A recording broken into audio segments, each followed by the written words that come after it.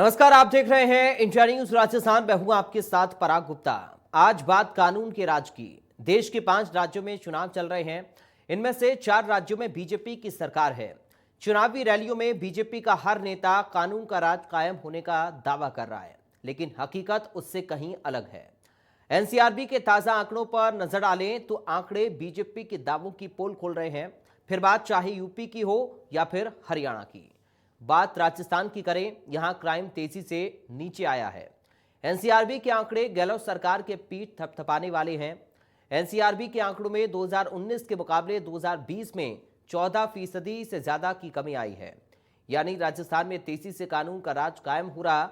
विधानसभा में राज्यपाल के अभिभाषण के जवाब के दौरान सीएम गहलोत ने भी इसका जिक्र किया। पिछले कुछ सालों में पुलिस हाईटेक होने के साथ साथ कानून के राज को कायम करने में जुटी हुई है। एनसीआरबी के आंकड़े भले ही पुलिस और सरकार को राहत दे रही हों, लेकिन आज भी पुलिस के लिए चुनौतियां कम नहीं हुई हैं। बेटियों के साथ आए दिन होने वाली वारदात कानून व्यवस्था की पोल खोलती रहती हैं। राजस्थान के 4 जिले पाकिस्तान की सीमा से जुड़े हुए हैं। सीमा पार से कुछ सालों में नशे की बड़ी खेप राजस्थान में भेजने के मामले सामने आए हैं। ऐसे में इसे रोकना पुलिस के लिए एक बड़ी चुनौती है। लेकिन राजस्थान में लगातार गिरता क्राइम ग्राफ पुलिस और सरकार के मनोबल को बढ़ाने वाला है। आज बड़ी बहस में हम चर्चा करेंगे कि क्या बीजेपी शासित राज्यों ने बड़े विज्ञापनों के जरिए दबाया क्राइम डेटा। क्या गहलोत सरकार प्रदेश में कानून का राज कायम करने में हो पाई है सफल। एनसीआरबी के आंकड़ों के आधार में 19 से 20 में राजस्थान में अपराध कम हो गए हैं। आप एनसीआरबी के डाटा वाली किताब पढ़ें, मालूम पड़ जाएगा आपको। किताबें उपलब्ध होगी और इंटरनेट पर भी होगी। साथ में 28% वृद्धि हुई है पूरे देश के अंदर। गुजरात में वृद्धि हुई है, 62% वृद्धि हुई है। उत्तर प्रदेश में वृद्धि हुई है 4.66%। मध्य प्रदेश में हुई है 8.19%। हरियाणा में हुई है 15.67%। और राजस्थान एकमात्र राज्य है अध्यक्ष महोदय जहाँ पर -14.46% हुई, -14%। एनसीआरबी के आंकड़े हैं। और ये हमारे साथी पिछले साल भर से जो बोल रहे हैं क्राइम बढ़ गए, रेप राजस्थान में हो रहे हैं।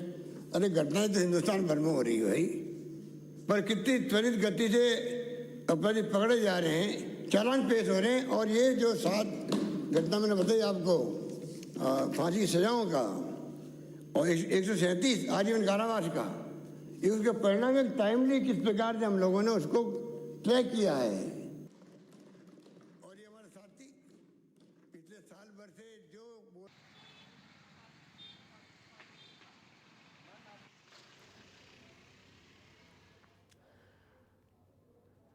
तो एनसीआरबी के आंकड़ों पर नजर डालें तो राजस्थान में 2019 के मुकाबले 2020 में 14% से ज्यादा क्राइम कम हुआ है। 2019 के मुकाबले 2020 में यूपी में 4% से ज्यादा अपराध बढ़ा। मध्य प्रदेश में 2019 के मुकाबले 2020 में 8% से ज्यादा क्राइम बढ़ा। गुजरात में 2019 के मुकाबले 2020 में 62% से ज्यादा क्राइम बढ़ा। हरियाणा में 15% से ज्यादा क्राइम बढ़ा है 2019 और 2020 के मुकाबले।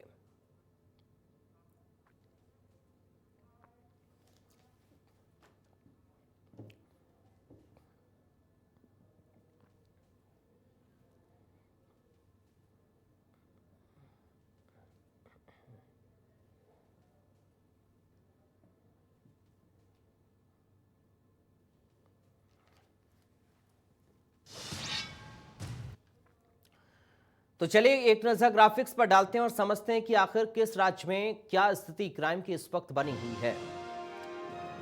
सबसे पहले राजस्थान की बात करें तो 2019 के मुकाबले 2020 में 14.46% क्राइम कम हुआ है। यूपी में 2019 के मुकाबले 2020 की बात करें तो यहां पर 4.66% जो अपराध है वो बढ़ा है। ग्राफिक के जरिए आपको हम समझा रहे हैं कि आखिर अलग अलग राज्यों की स्थिति क्या है। 14% से ज्यादा क्राइम घटा है 2019 के मुकाबले 20 में। यूपी में 2019 के मुकाबले 20 में 4.66% अपराध बढ़ा है, यानी कि क्राइम का ग्राफ बढ़ा है यूपी में। एमपी में 2019 के मुकाबले 20 में 8.19% क्राइम बढ़ा है। इसके साथ ही गुजरात में 2019 के मुकाबले 2020 में 62.29% क्राइम बढ़ा है। हरियाणा की बात करें 2019 के मुकाबले 2020 में 15.67% क्राइम बढ़ा है और देश में 2019 के मुकाबले 2020 में 28.03% क्राइम बढ़ा है। पूरा देश का आंकड़ा भी आपको बता रहे हैं। राजस्थान की हम बात करें तो यहाँ पर क्राइम का ग्राफ कम हुआ है। हालांकि महिलाओं के खिलाफ अपराध अभी भी पुलिस के लिए चुनौती बने हुए हैं, जिन पर बहुत ज़्यादा काम करने की ज़रूरत पुलिस प्रशासन को भी है। और पाकिस्तान की सीमा से लगता राज्य भी है। कई ज़िले राजस्थान के पाकिस्तान की सीमा को टच करते हैं, इसलिए मादक पदार्थों की तस्करी रोकना भी पुलिस के लिए एक बड़ी चुनौती यहाँ पर है, जिसके लिए प्रशासन लगातार काम भी कर रहा है। तो राजस्थान में 2019 के मुकाबले 2020 में 14% से ज़्यादा क्राइम का जो आंकड़ा है वो कम हुआ है। एनसीआरबी के आंकड़ों का जिक्र हम कर रहे हैं।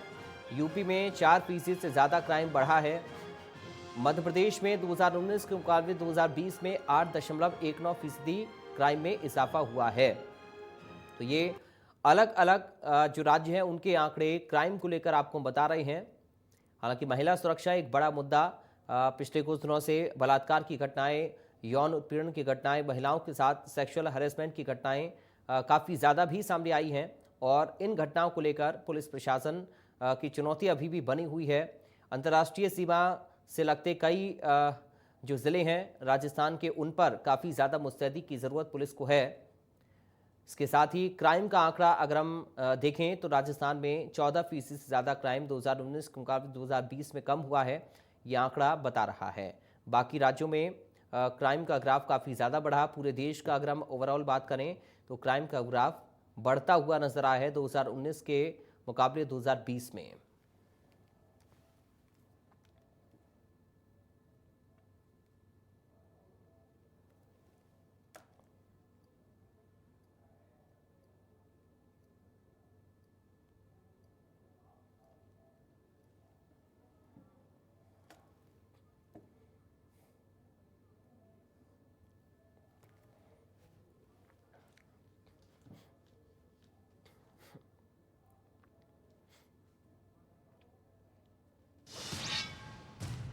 तो चलिए, 3 खास मेहमान हमारे साथ जुड़ गए हैं, सीधा आपका परिचय करा दें। हमारे साथ पूर्व पुलिस अधिकारी हैं जोगिंदर जोशी। जोगिंदर जोशी साहब, आपका स्वागत है इंडिया न्यूज़ में।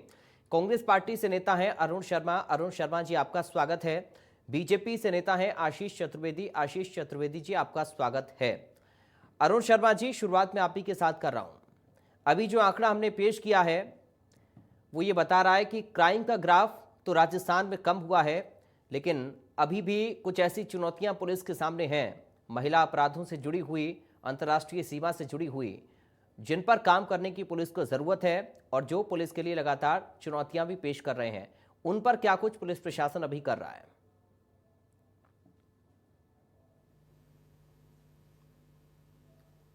देखिए पराग, ये जो आज एनसीआरबी ने आंकड़े दिए हैं, आपने भी प्रस्तुत किए हैं इन्हें, ये जरूर राजस्थान के लिए एक अच्छी खबर है, गौरव की बात है।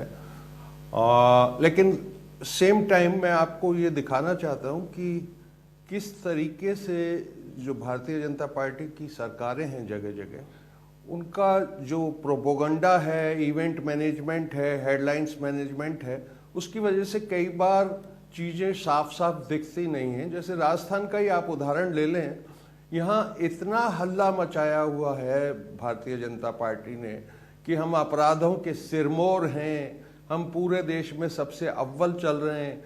जो छोटी छोटी खबरें हैं इनकी निगाहों से बच जाती हैं, वो ये हैं कि अभी पिछले महीने ही जो एसओजी राजस्थान है उसको गृह मंत्रालय दिल्ली ने एक विशिष्ट ट्रॉफी दी है उसके अच्छे कामों के लिए। इसी तरीके से कुछ दूसरे अफसर हैं, राजीव दासोत हैं, इन सब की भी प्रशंसा की है गृह मंत्रालय दिल्ली ने। और जरूर ये बलात्कार, आपने जहां इशारे किए, महिलाओं के खिलाफ जो अपराध हैं वो दिखाई देते हैं, विजिबिलिटी भी है और दिखते भी हैं, इसमें कोई शक नहीं है। पर अब देखिए, अपराध हो रहे हैं, सब जगह हो रहे हैं, आपने देखा सब जगह बढ़ रहे हैं। खास बात यह है, महत्वपूर्ण यह है कि कितने त्वरित गति से आप इसको नियंत्रण में लाते हैं, अपराधियों को सजा दिलवाते हैं। अभी मुख्यमंत्री जी ने भी बताया कि करीब पिछले साल ही 7 लोगों को फांसी की सजा सुनाई गई है कोर्ट से। करीब 150 लोग आजीवन कारावास में हैं। और वो चाहे करप्शन हो, एंटी करप्शन का यहाँ जो महाअभियान चल रहा है, जिस तरीके से रोज पकड़े जाते हैं लोग, और उसकी सराहना सब जगह है। मजेदार बात यह है कि एक वो गुजरात मॉडल जिसका इतना जिक्र था कुछ साल पहले, पराग में आपको बताना चाहता हूं कि ड्रग स्मगलिंग का आंकड़ा 50,000 करोड़ के करीब पहुंच गया है सिर्फ गुजरात में। आपने कई बार सुनी होंगी वहां 30,000 करोड़ रुपए की हीरोइन पकड़ी गई, फिर 25 की पकड़ी गई, जगह जगह गुजरात में पाई जाती हैं। तो न केवल हमको पाकिस्तान की बॉर्डर लाइन से खतरा है, अब तो गुजरात में भी इन चीजों का बोलबाला है। क्राइम ग्राफ आप देख ही रहे हैं, करीब उस मॉडल स्टेट में 63% की रफ्तार से 19 और 20 के बीच में क्राइम बढ़ा है। वही हाल उत्तर प्रदेश का है, मध्य प्रदेश का है, हरियाणा की बानगी भी वही है, करीब 16% की राइज है जी। लेकिन हम इससे बहुत संतुष्ट नहीं है। हम लगातार काम करते रहेंगे कि जो राजस्थान की छवि है हिंदुस्तान में, एक शांति प्रिय प्रदेश की, भाईचारे के प्रदेश की, और उस पे कम से कम आंच हो और सब लोग शांति से रह सकें, वो प्रयास हम लगातार ईमानदारी से करते रहेंगे। ठीक है, आशीष चतुर्वेदी साहब, आपका कमेंट मैं इस पर चाहूँगा। जो आंकड़ा अभी सामने आया है उसमें राजस्थान में क्राइम का ग्राफ कम हुआ है, लेकिन बाकी जो राज्य हैं जहाँ पर बीजेपी की सरकारें हैं वहाँ पर उछाल आया है क्राइम के ग्राफ में। राजस्थान की सरकार कामयाब हो पाई है कानून का राज स्थापित करने में प्रदेश के अंदर? देखिए पराग जी, मुझे लगता है जब आपने आंकड़ों का जिक्र किया है तो हमें सारी बातें आंकड़ों के आधार पर ही करनी चाहिए। ठीक है, तो मैं आपको कुछ आंकड़े प्रस्तुत करता हूं जो कि दर्शकों को भी जानना जरूरी है। बिल्कुल, क्योंकि आए दिन हम ऐसी घटनाएं देखते हैं जिससे पूरा देश, जब प्रदेश जो है वो शर्मसार हो रहा है। आप देखिए, मैं 2018 के दिसंबर में सरकार बनती है, तो मैं 2019 से प्रारंभ करता हूं कि रेप के मामलों में राजस्थान की क्या स्थिति 2019 में। 2019 में पूरे देश में 30,868 मुकदमे दर्ज होते हैं रेप के। राजस्थान उसमें नंबर 1 आता है, और राजस्थान में 5,997 केस दर्ज होते हैं। उत्तर प्रदेश में 3,065 होते हैं, मध्य प्रदेश में 2,485 केस दर्ज होते हैं। ये 2019 के आंकड़े में बता रहा हूं। 2020 की अगर हम बात करें पराग जी, तो राजस्थान फिर देश में नंबर 1 आता है गलत कारणों से, रेप के कारण। राजस्थान में 5,310 मुकदमे दर्ज होते हैं, उत्तर प्रदेश में 2,769 मुकदमे दर्ज होते हैं, और मध्य प्रदेश में 2,339 मुकदमे दर्ज होते हैं। और पराग जी, आपको जानकर के बड़ा दुख होगा, बड़ी शर्मसार करने वाली बात है कि लगातार तीसरे साल भी 2021 में भी राजस्थान रेप के मामलों में फिर देश में नंबर 1 आता है। और 2021 के अंदर राजस्थान में 3,337 मुकदमे दर्ज होते हैं। और देखिए पराग जी, ये केवल आंकड़ों की बात नहीं है, आए दिन ऐसी खबरें आती है, चाहे अभी अलवर का प्रकरण ले लें, चाहे हम भरतपुर का प्रकरण ले लें, जहां पे जो एक नाबालिग बच्ची से जिसका यौन उत्पीड़न हुआ उसको सुसाइड करना पड़ता है, चाहे हम प्रतापगढ़ की बात कर लें, जहां पर आपको पता होगा कि किस तरह से एक ऑर्गेनाइज वे में गैंगरेप हुआ, राहगीरों से लूटपाट की गई, जो महिलाएं जा रही थी उनको रोका गया, उनका वीडियो बनाया गया, और ऐसे दर्जनों प्रकरण पिछले महीने ही प्रतापगढ़ जिले में दर्ज हुए हैं। बड़े ऑर्गेनाइज वे में ये पूरा वहां पे क्राइम चल रहा था। और देखिए पराग जी, अभी आपने जिक्र किया था मादक पदार्थ की तस्करी का। आप देखिए कि हमने एक मूवी देखी थी उड़ता पंजाब, लेकिन आपको जानकर के बड़ा दुख होगा कि पूरे देश में अगर हम नशे की तस्करी की बात करें तो राजस्थान पूरे देश में नंबर 1 है। आप देखिए पंजाब को हम पीछे छोड़ चुके हैं। और अगर हम बात करें तो पिछले 2.5 साल के अंदर राजस्थान में 16,768 प्रकरण दर्ज हुए हैं, जो कि पूरे देश में सर्वाधिक ज्यादा हैं। आप देखिए राजस्थान के अंदर अगर दलित अपराध की बात करें हम, तो दलित अपराध में जिस तरह से उछाल आया है, SC ST में आप देखिए 2018 में 4,607 मामले दर्ज होते हैं, 2019 में 6,794 में दर्ज होते हैं, 2020 में दलितों के अपराध में 7,717 की देखिए वृद्धि हुई है। और 2021 में केवल मैं आपको सितंबर तक का आंकड़ा दे रहा हूं, पूरा आंकड़ा नहीं है, ये 5,740 मुकदमे दर्ज होते हैं। मतलब पूरे देश में वापस देखिए जिस रफ्तार से दलितों के प्रति हमले हो रहे हैं और जिस तरह से बढ़ोतरी हो रही है, ऐसा पूरे देश में कहीं नहीं हो रहा है। मुझे लगता है मुख्यमंत्री जी चूंकि जादूगर हैं, तो वो आंकड़ों की बाजीगरी कर रहे हैं अपने हिसाब से। आप देखिए बाकी जन धारणा में देख लीजिए, आंकड़ों के आधार पर देख लीजिए, पूरी तरह से यहाँ पे कानून का राज समाप्त हो चुका है। ठीक है जोगिंदर जोशी साहब, आपने दोनों पार्टी के प्रवक्ताओं को सुन लिया, आंकड़े भी आपने अपराध के देख लिए हैं, आपका विश्लेषण क्या कुछ कह रहा है इन आंकड़ों को देखकर?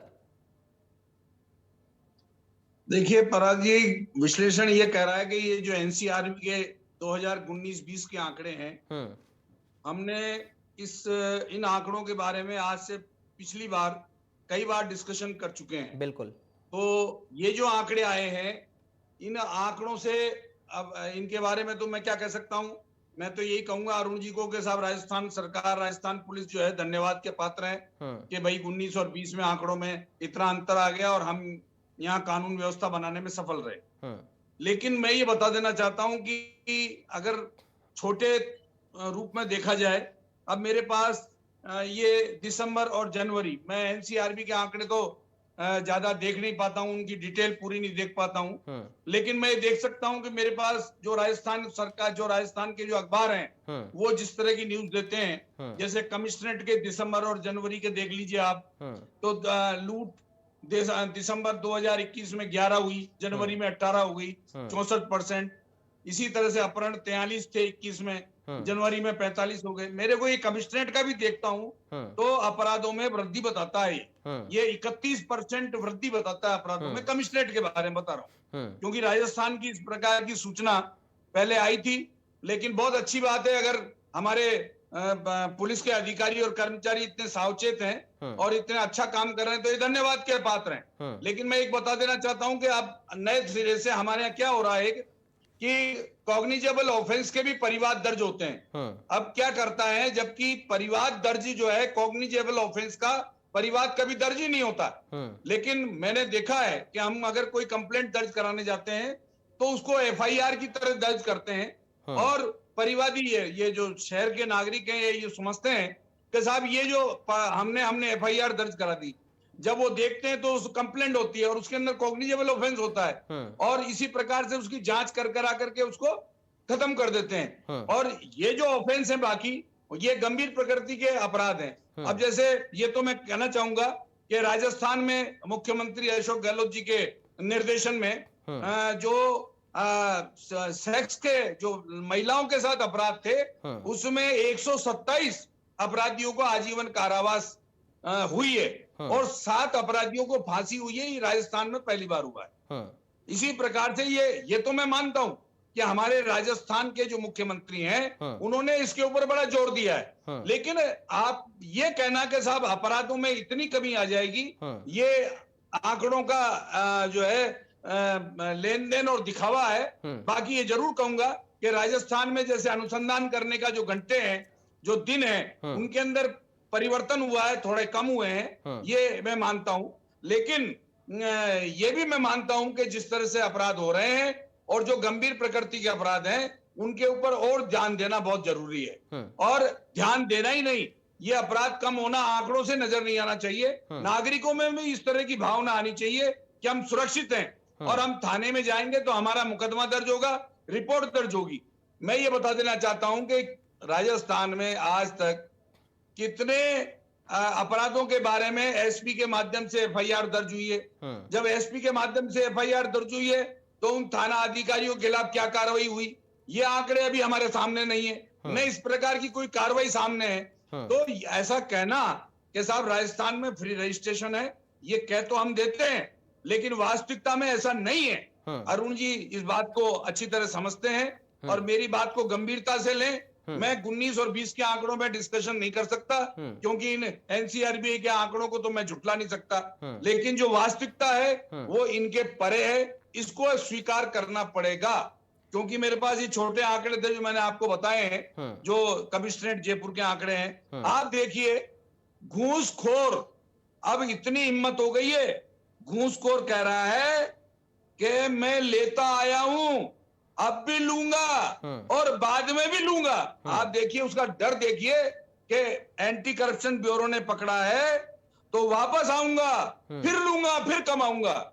मैं ये कह रहा हूं कि इस प्रकार की हिम्मत इन लोगों की कैसे होने लग गई, और कह रहा है कि गवाह जो परिवादी है उसको गोली मार दूंगा।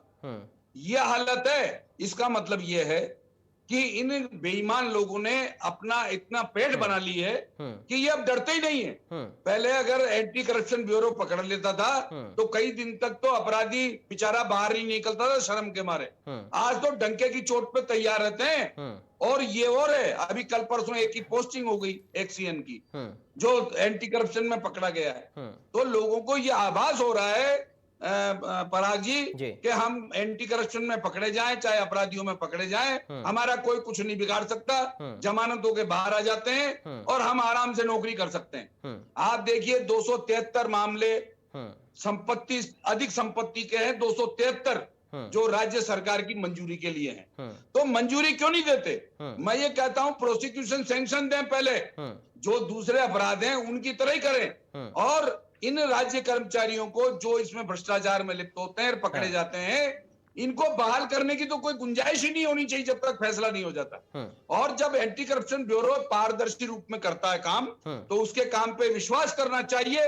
और मैं ये कह रहा हूं साहब, जो एंटी करप्शन में इस समय अधिकारी लगे हुए हैं वो ईमानदार अधिकारी लगे हुए हैं, और उनको फ्री हैंड दे करके इन अपराधियों को बिहाइंड द बार करना चाहिए, और इनकी जमानत न हो, इनके प्रावधान पुख्ते करने चाहिए। और जो एक बार पकड़ा गया है वो बहाल नहीं होना चाहिए, न उसकी पोस्टिंग होनी चाहिए। पिछले समय में मैंने बहुत सारे अधिकारी ऐसे देखे हैं जो बहाल हो गए, जिनके ऊपर मुकदमे चल रहे हैं, जो जेल में हुआ है, उन्होंने प्रमोशन भी ले लिए। तो भाई ये दूसरे लोगों के ऊपर ये दिखाते हैं कि देखो हम ऐसे कर रहे हैं, तो ये लोग इसलिए डरते नहीं है और ये डंके की चोट पे बोलने लग गए अब। तो इसलिए मेरा निवेदन है आपके चैनल के माध्यम से राज्य सरकार से कि इस प्रकार के भ्रष्ट अधिकारियों के खिलाफ न तो इनकी जमानत होनी चाहिए, प्रोसिक्यूशन सैंक्शन तुरंत मिलनी चाहिए, और अपराधों में जो ये कमी आई है इसके लिए अरुण जी धन्यवाद के पात्र हैं। जय हिंद। ठीक है, लौटूंगा आपके साथ जोशी साहब में, और जवाब अरुण जी से भी लूंगा क्योंकि वक्त एक छोटे से ब्रेक का हो रहा है। और ब्रेक के उस पार जब हम आएंगे तो पूछेंगे क्राइम और करप्शन को लेकर, क्योंकि करप्शन एक ऐसी दीमक है कि अगर किसी भी प्रदेश में लग जाए तो उस प्रदेश की या फिर उस देश की तरक्की नहीं हो सकती है। और महिलाओं के खिलाफ जो आपराधिक चुनौती पुलिस के लिए अभी भी बने हुए हैं, जिनका जिक्र जोशी साहब कर रहे थे, न्यूज़पेपर्स की हेडलाइन भरी पड़ी हैं, उन पर कैसे लगाम लगेगी, करप्शन कैसे खत्म होगा, ये एक बड़ा मुद्दा मादक पदार्थों का, नशे की तस्करी का भी है। फिलहाल वक्त एक छोटे से ब्रेक का है, जल्द हाजिर होंगे।